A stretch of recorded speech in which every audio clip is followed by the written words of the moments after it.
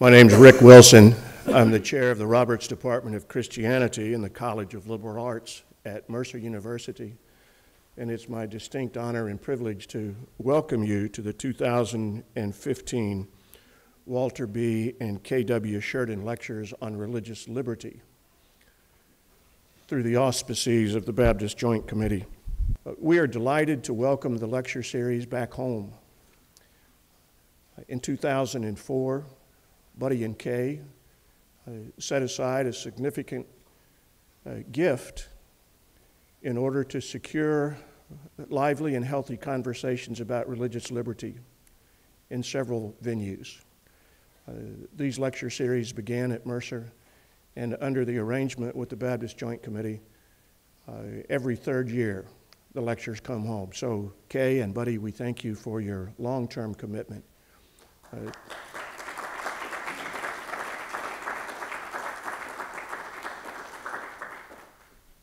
I want to recognize Brent Walker to come to the podium and do the introductions for the day.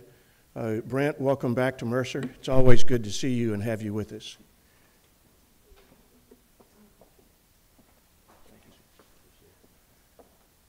Thank you, Professor Wilson.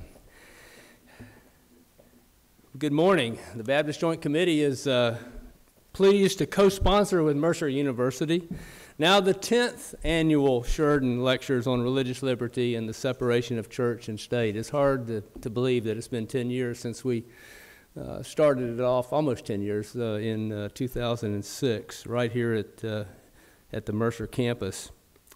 As many of you know, the Baptist Joint Committee is a Washington, D.C. based advocacy group serving 15 Baptist bodies fighting to defend and extend religious liberty for all. And we stand in the Roger Williams, John Leland, Isaac Backus, and yes, Buddy Shurden tradition of Baptist life that goes back over 4 centuries. Well, the BJC has been a part of that heritage for almost 80 years now, and we advocate not just for Baptists, but for religious liberty for everyone.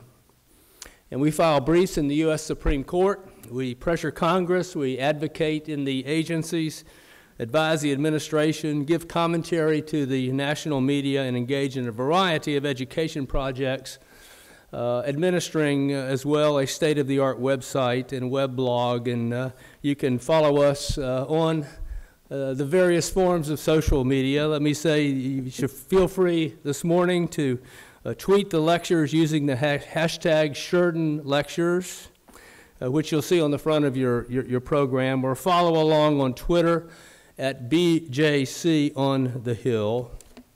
I want to introduce other BJC staffers who are here this week with us. First, Sherilyn Crow, the Baptist Joint Committee Director of Communications. Sherilyn in the back. And Jordan Edwards, probably behind a camera. So, oh, no, he is behind a camera. He's just not shooting right now. Our communications associate. Taryn Deaton, our Director of Development, in the back waving at you. And Charles Watson Jr., who coordinates our education and our outreach ministries. Charles, wave to the crowd. Okay, good. We simply couldn't do our good work without the help and assistance of these talented folks that form the core of our staff. Holly Holman, our general counsel, was unable to make the trip this year, but she sends her greetings. And I, too, want to express my gratitude to Buddy and Kay Shurden for their generosity making this possible, so that after we are all long gone, the Shurden Lectures will continue to go from campus to campus and every third year back to Mercer to inform students and others about our first freedom and how important that is to our lives together. Our lecturer today is Alan Brownstein. A summary of his ample CV is in the program, so I will be very brief in my introduction. Professor Brownstein is Professor Emeritus at the University of California, Davis Law School, and is a nationally recognized constitutional scholar. The primary focus of Professor Brownstein's scholarship relates to religious liberty and the separation of church and state, but he has taught and written extensively on other constitutional law subjects. He has collaborated with the Baptist Joint Committee over the years on religious liberty cases, particularly in drafting friend of the court briefs in the U.S. Supreme Court and other courts around the country. And beyond this, Professor Brownstein is a good friend of mine and of the BJC, and a friend of respected scholarship and amicable discourse about the very contentious issues concerning the establishment of religion and the protection for its free exercise. I'm honored that he was willing to travel clear across the country from North Central California to join us yesterday on the Atlanta campus and then today here in Macon. So we welcome you to campus, Professor Brownstein. I know you will find this a friendly and eager audience, and we look forward to hearing your second lecture of the 2 days together, titled The Multidimensional Nature of Church-State Controversies. Will you welcome Professor Brownstein?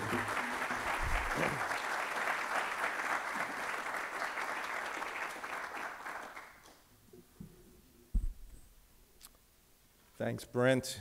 And I would also like to thank Walter and Kate Shurden for endowing this lecture series. I'd like to thank Mercer University for being a gracious host for this lecture series. And of course, I want to thank Brent Walker and the Baptist Joint Committee for inviting me to deliver the 2015 Shurden Lectures on Religious Liberty and the Separation of Church and State.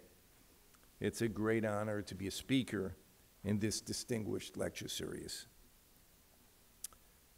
Well, if we look at contemporary debate in the United States on the pressing social and legal issues of the day, one thing seems very clear. The relationship between church and state remains a controversial and complicated question for the American people. No one could doubt that after the last 2 weeks. Some people seem surprised by that reality, however. What's the problem, they ask? Didn't we resolve these questions 200 years ago? After all, we're a nation conceived in liberty and dedicated to the proposition that all men are created equal. And surely that description applies to religious liberty and religious equality, as well as other forms of liberty and equality. And don't we have a First Amendment mandating that the government shall make no law respecting an establishment of religion or prohibiting the free exercise thereof? America is a place where people of different faiths and no faith get along pretty well with each other. What's the fuss all about? Well, part of that intuition is well grounded. If we compare America to other countries around the world, we are a religiously pluralistic society in which people of different faiths do get along reasonably well. To give just one example, I'm Jewish. My wife is the daughter of a Methodist minister. Our son Ben was born in a Catholic hospital. The obstetrician was a Mormon. Maybe not only in America, but we would do well to remember that we have a lot to be thankful for in the way that our society deals with religious differences among our people. But that doesn't mean that we don't have serious problems that remain to be resolved. We assuredly do. But it's important to keep those problems in perspective. Many people around the world could only dream about the legal freedom and cultural tolerance that we take for granted. But we still have difficult, controversial issues to work through. It's important to understand that we didn't solve our social, political, and legal problems, which are grounded in religious differences, 200 years ago. Colonial America was far more homogeneous, far less diverse than America is today. In the 1700s, we were a Protestant nation. There were virtually no Jews, no Muslims, no Buddhists or Hindus. Indeed, there were very, very few Catholics. Mormons, Christian Scientists, Jehovah's Witnesses, they didn't exist yet as religions. Nor was colonial America a particularly tolerant society. Colonists may have come to the New World seeking religious freedom for themselves. They weren't always all that willing to recognize the religious liberty of people of other faiths. Protestant denominations were bitterly competitive with each other. America's society was virulently anti-Catholic. There was no respect whatsoever for Native American religions. The federal government funded missionaries to convert Native Americans to Christianity. But seeds were planted in the soil of colonial America that developed powerful roots. And these seeds, grounded in Protestant theology and Enlightenment ideals, and institutionalized, however imprecisely, in the Constitution, reflected commitments to religious liberty and religious equality and the separation of church and state. And as our society became more diverse, our understanding of these ideals became more sophisticated, and our commitment to religious liberty and equality became more expansive and more robust. This journey, however, was one of struggle and challenge. It hasn't always been linear and progressive. There are times when we stumbled and stumbled badly, and times we regressed. Looking back at American history, we can see that the way our society deals with religious differences is an ongoing work in progress. It's a work in progress that requires our continuous attention and effort to maintain what we have achieved and to move forward to resolve outstanding tensions and conflicts.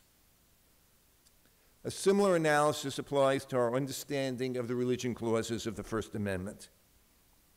The Free Exercise Clause and the Establishment Clause do not represent static answers to questions about the relationship between church and state. Constitutional law involves a dynamic interaction between the wisdom of the framers and the collective experience of the American people over the last 2 centuries. Justice Oliver Wendell Holmes once wrote about the Free Speech Clause of the First Amendment, and I quote, "It's an experiment, as all life is an experiment. Every year, if not every day, we have to wager our salvation upon some prophecy based upon imperfect knowledge." And that observation is true for most of constitutional law, and it's certainly true for the Free Exercise Clause and the Establishment Clause of the First Amendment. We are a pragmatic society, continually testing traditional perspectives against modern conditions. Constitutional law tempers that process, but it's also very much a part of it. So we can certainly learn from our history and invoke constitutional principles in debating church-state disputes, but we can't simply assume that there's an answer to contemporary problems embedded in our past that will tell us how to resolve current disputes if we could only unearth it. Complete solutions to religious liberty and religious equality problems can't be discovered in our past. In part, they have to be created in our present. Still, there is a sense that even if we can't completely rely on history and constitutional law to provide authoritative answers to our questions, church-state issues shouldn't be that hard to resolve.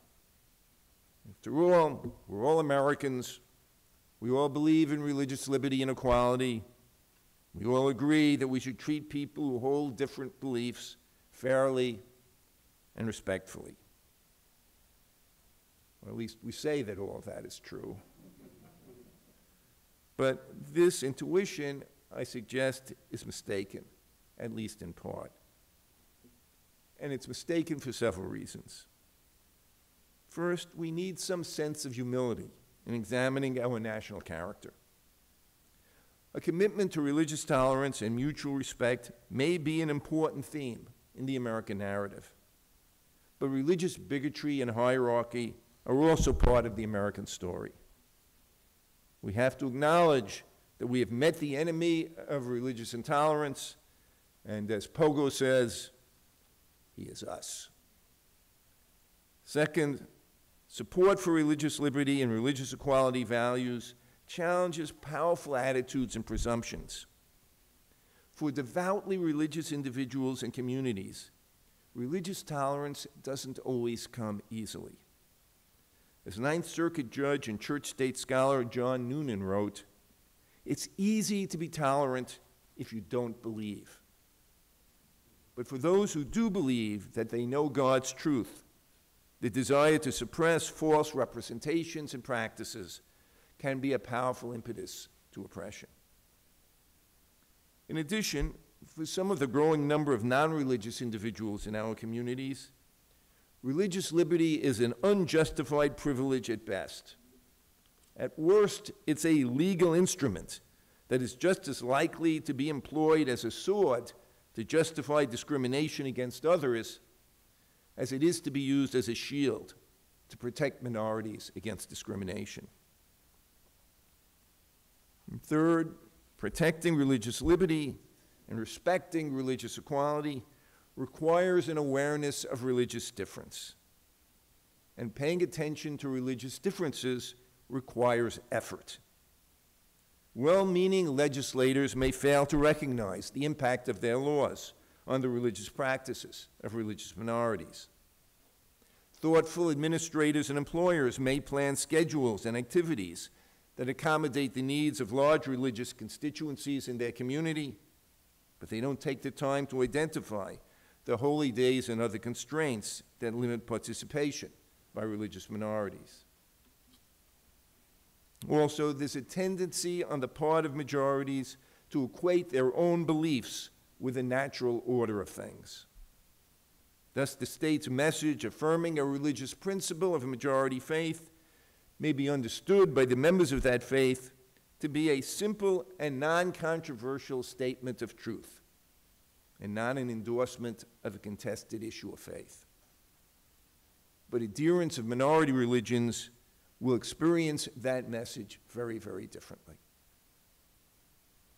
Fourth, and most importantly, some church-state issues grounded in religious differences are genuinely difficult problems for even the most well-intentioned society to resolve.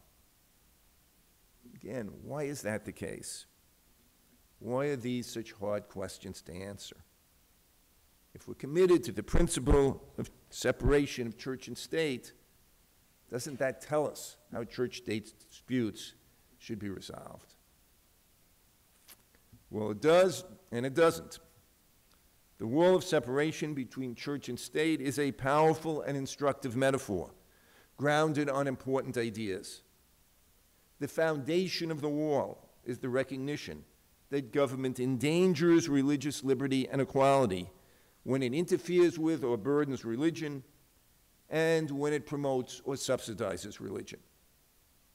In order for the government to avoid interfering with religion or promoting religion, it has to maintain a prudent distance from religion. The wall of separation between church and state is constructed to maintain that important distance between government and religion. But separation of church and state principles only take us so far. These are principles painted with a broad brush. And when we try to work out the height and the contours of the wall, we quickly discover that it's a wall of varying dimensions, and it even has some open doors and windows in it. The wall is a good starting place, but it doesn't provide a clear answer to many controversies and contemporary disputes. And one important reason for the difficulty we experience as a society in resolving church-state problems is that these issues are often complex and multidimensional. Because church-state disputes implicate so many important values, they cross conventional constitutional boundary lines. And while these values sometimes overlap, they are also sometimes in conflict with each other. And whenever multiple values are in play, it isn't going to be easy to put all the pieces of the puzzle together and come up with a clear answer as to how particular disputes should be resolved. Church-state disputes, I suggest, may involve 4 fundamental values that typically receive independent recognition and protection in our constitutional system. These values are personal liberty and autonomy, equality of treatment and of status, freedom of speech, and the diffusion of power. And let me spend just a few minutes explaining how each of these values relate to church-state disputes. Obviously, religious liberty, the ability to practice one's faith free from governmental interference, is an important personal liberty and autonomy interest. Religious liberty involves a vision of human dignity. It's grounded in a basic commitment to the right of individuals to make important self-defining decisions that are critical to the development of their identity, to the way that they choose to live their lives. We recognize and respect religious liberty just as we recognize and respect other essentially dignitary rights, such as the right to speak authentically or the right to marry. But liberty rights are often controversial and problematic. Rights can be very expensive political goods. Particular individuals or the public at large may pay a significant price if a right is exercised in a way that imposes a cost on third parties.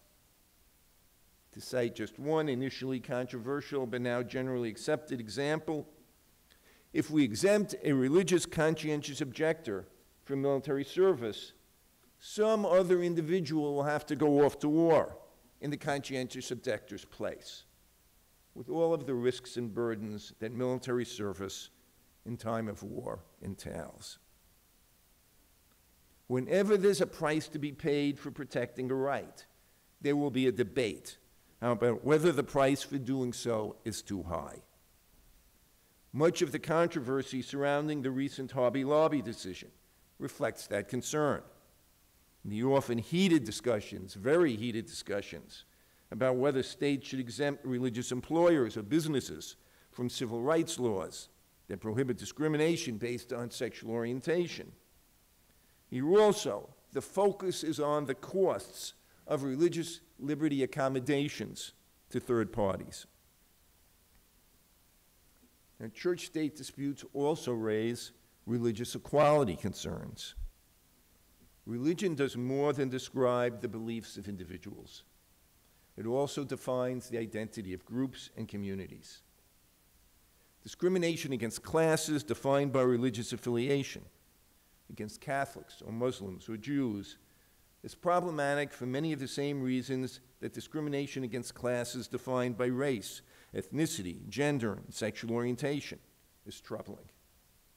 Equality values are violated when majoritarian groups oppress historically victimized and vulnerable religious minorities, or exclude them from the public life and benefits of society. A commitment to religious equality also limits the state's promotion of religious hierarchy and status differentiation. Government can't use its power and resources to promote racial, gender, or religious hierarchy. The state must treat people of all faiths and no faith as if they are of equal worth and deserving of equal respect. Now, religious liberty and religious equality are very important values that are intrinsic to many church-state disputes. But we're not done yet. Church-state disputes also implicate freedom of speech. There is a speech dimension to many religious activities. Just think about them: sermons, prayer, proselytizing, the publication of religious books and periodicals. And as an independent source of moral values, religion clearly plays a role in the marketplace of ideas. While freedom of speech serves important dignitary and autonomy values, we primarily protect freedom of speech to further instrumental goals: the search for truth, the effective functioning of our democratic system of government, resolution of public policy disputes, From the abolitionist movement of the 1850s to the civil rights movement of the 1960s to the debate about abortion today, religious voices have had a profound influence on American culture and policy. But the divergent voices of the different faiths and secular beliefs in our society will often express contradictory messages. Indeed, religious arguments have often been expressed on both sides of moral and political controversies in our society. So that's three values: liberty, equality, freedom of speech. But there's one more. Church-state concerns raise questions about the diffusion of power. Our constitutional system is based on a deep-seated distrust of the accumulation of power. We fear that those with power will seek to aggrandize additional power. And we believe that all power will be abused. That's Constitutional Law 101. All power will be abused. And the attitude of distrusting power is in the very marrow of our constitutional and legal system. We don't trust government. We don't trust majorities. Basically, we don't trust ourselves when we have power, too much power. And because of this distrust of power, our political and legal system tries to diffuse and decentralize power. We try to create checks and balances so that different centers of power can operate to limit the abuse of power by other centers of power.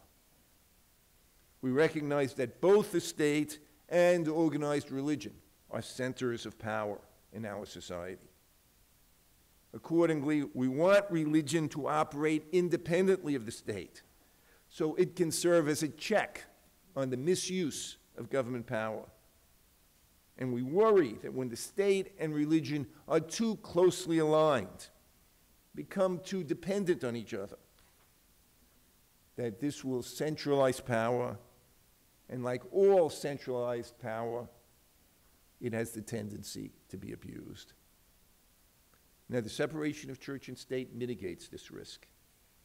But of course, this raises the question of just how much separation is necessary to further our diffusion of power goals. Now, the difficulty in resolving church-state disputes isn't simply that these disputes implicate several different values and interests, each of which is complicated in its own right. It's also that these values and interests often conflict with each other. And let me give you just two examples. Religious nonprofit organizations, NGOs, often provide social welfare services of various kinds to our communities. They operate soup kitchens, substance abuse programs, job training programs, homeless shelters, a host of other programs.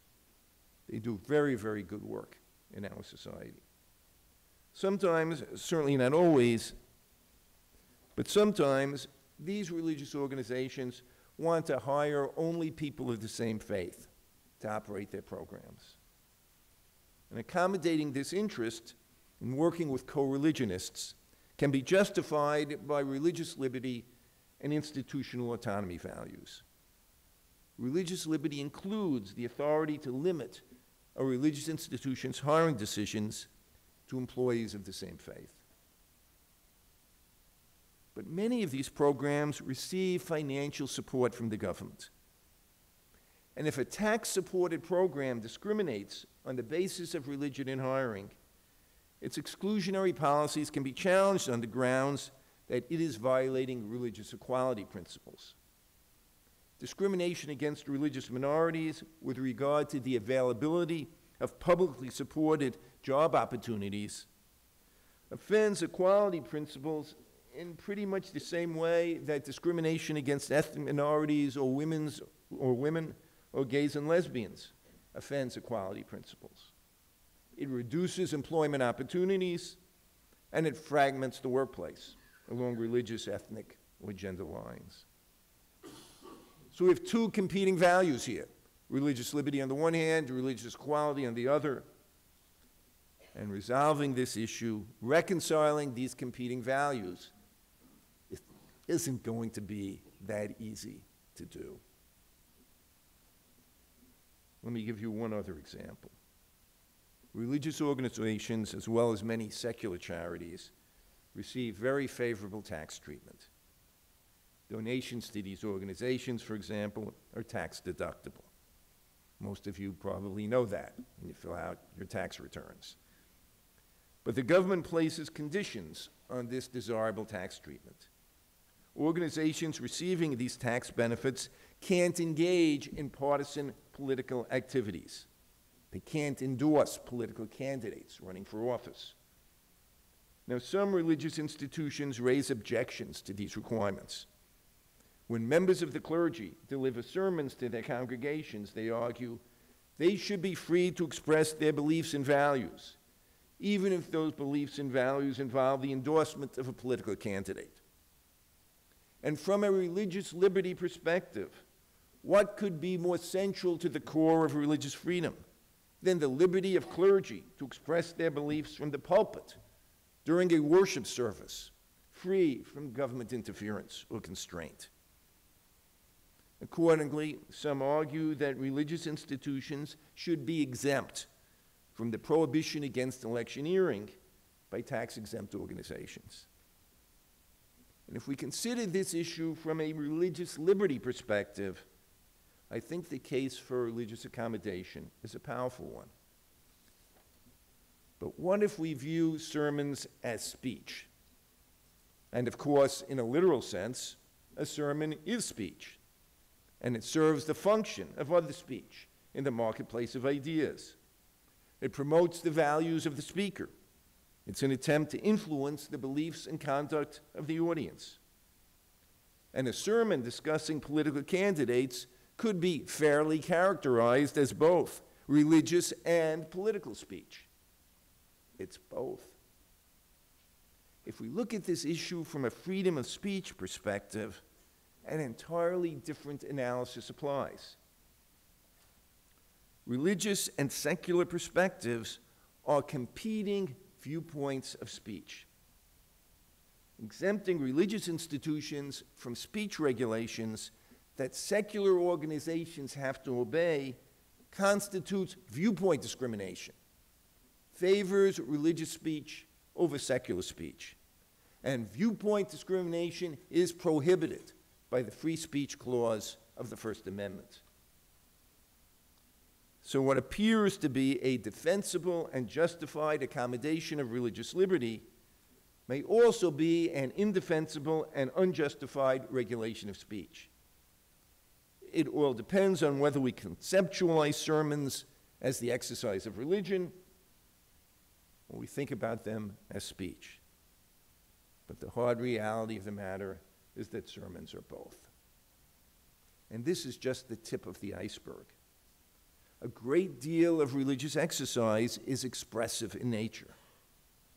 And this means that the accommodation of such religious exercise is both justifiable from a religious liberty perspective and unjustified as viewpoint discrimination from a speech perspective.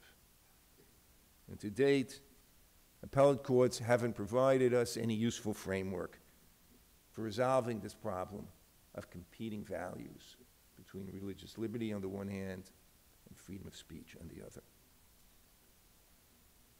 Well, perhaps I've convinced you at this point that many church-state issues are hard to resolve. But that leads to an obvious question. So now what do we do? It would be a rather uninspiring conclusion to my talk to leave you with the idea that, well, some church-state issues are just hard to resolve. I can't really just stop there. I also can't end this talk by telling you that there's a way to make hard cases easy to resolve. For example, the two church-state cases that were decided by the Supreme Court last term, the Hobby Lobby case involving the contraceptive mandate, and Town of Greece versus Galloway involving state-sponsored prayers before town board meetings, both of these cases raised complex issues that defy simple analysis or solutions. In Hobby Lobby, courts had to determine the extent to which a religious liberty right extends to for-profit corporations. That's a hard question to answer. They had to determine whether a regulation requiring an employer to provide health insurance to its employees covering certain contraceptives substantially burdened the religious liberty of the employer, who viewed any complicity with the use of these contraceptives as sinful. That's a hard question to answer. And most problematically, courts had to evaluate the government's interest in adopting this regulation to determine if it justified the burdening of religious liberty interests. Was the price of protecting religious liberty too high? That's always a hard question to answer.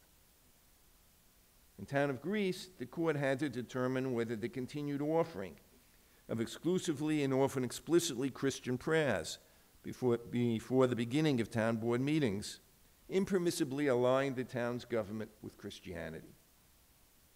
It's a hard question.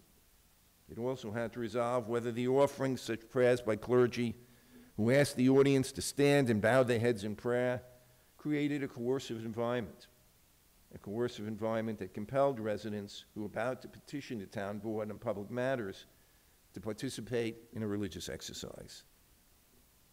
Adjudicating this question and the other questions raised in this case involved competing complex liberty and equality values. Hard questions to answer.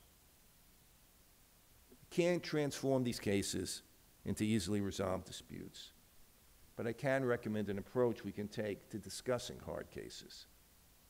We should resist attempts to oversimplify difficult church-state cases. And in our polarized polity today, it is far too easy to see only one side of a dispute and to ignore completely the interests on the other side. I thought both Hobby Lobby and Town of Greece versus Galloway raised serious religious liberty issues. By and large, however, liberals argued that the plaintiffs in Town of Greece raised important religious liberty concerns, while at the same time liberals trivialized the religious liberty interests of the plaintiffs in Hobby Lobby. And most conservatives did the reverse.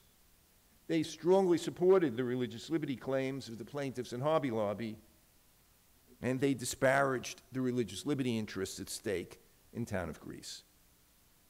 Both liberals and conservatives were willing to recognize and protect religious liberty when the cost of doing so would be borne by somebody else, when it didn't involve the loss of something that they cared about. Neither was ready to accept the principle that if we take rights seriously, we have to recognize and protect them, even if doing so requires us to sacrifice something of value, something that we value. I know it sounds something like a platitude, but we really have to work hard today to hear the voices of faith or of secular beliefs that challenge our predispositions. I've been writing about and advocating for religious liberty and religious equality for over 25 years now. And over those 2.5 decades, I've learned as much about these issues from my adversaries as I have from my friends. But you have to take the time and make the effort to listen. It's also important to understand that while some church-state problems will always be difficult to resolve, there are preemptive steps that government can take to mitigate church-state concerns and to promote the effective resolution of problems. From a political and legal perspective, government should understand that religious liberty deserves attention and protection. It's a basic idea. And what it means on the ground is that government should pay attention to the impact of its actions on religious liberty. If government is doing that, if it's paying attention to the potential impact of its actions on religious liberty, then it may be able to diffuse the intensity of some church-state disputes through an inclusive decision-making process. If people whose religious practices may be burdened are given a seat at the table to discuss their concerns, then compromises may develop that prevent disputes from arising that will be much more difficult to resolve once public positions have hardened. And a government that pays attention to religious liberty should acknowledge that burdens on religious liberty have to be justified. Trivial concerns don't trump the exercise of rights. Now, sometimes the price of protecting religious liberty will be high. It may be too high. Deciding what constitutes sufficient justification for burdening religious liberty in these circumstances will be a hard question to answer. It's a problem we confront whenever we attempt to balance the public good against the exercise of a right. But government should make it clear that it realizes that religious liberty should always count for something on the scale of constitutional values. Similarly, and again from a legal and political perspective, some religious equality problems can be tempered, even if they can't be entirely avoided. The basic equality principle here is also straightforward. I mentioned it earlier. Government should treat people of different faiths and no faith as if they are of equal worth and are deserving of equal respect. It isn't the government's job to determine religious truth or to rank religious beliefs or believers on some hierarchy of status or merit. And here again, disputes can be mitigated through an inclusive process of decision-making. In the town of Greece case, for example, the town board was conspicuous for its failure to even attempt to communicate with religious minorities in the community, or to do anything else that suggested that it took religious equality principles seriously. The board assigned low-level functionaries the job of deciding who to invite to offer prayers at town board meetings, and it didn't provide them any guidance at all on how to make those decisions.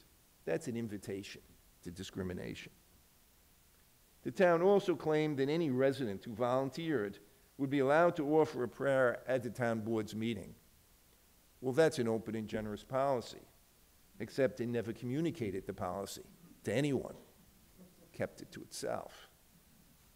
Also, guest chaplains invited by the town to offer prayers before meetings were given no directions or instructions at all. And they typically expressed prayers on behalf of the town, its leaders, and the audience in attendance at meetings, rather than offering the prayers on their own behalf as personal prayers.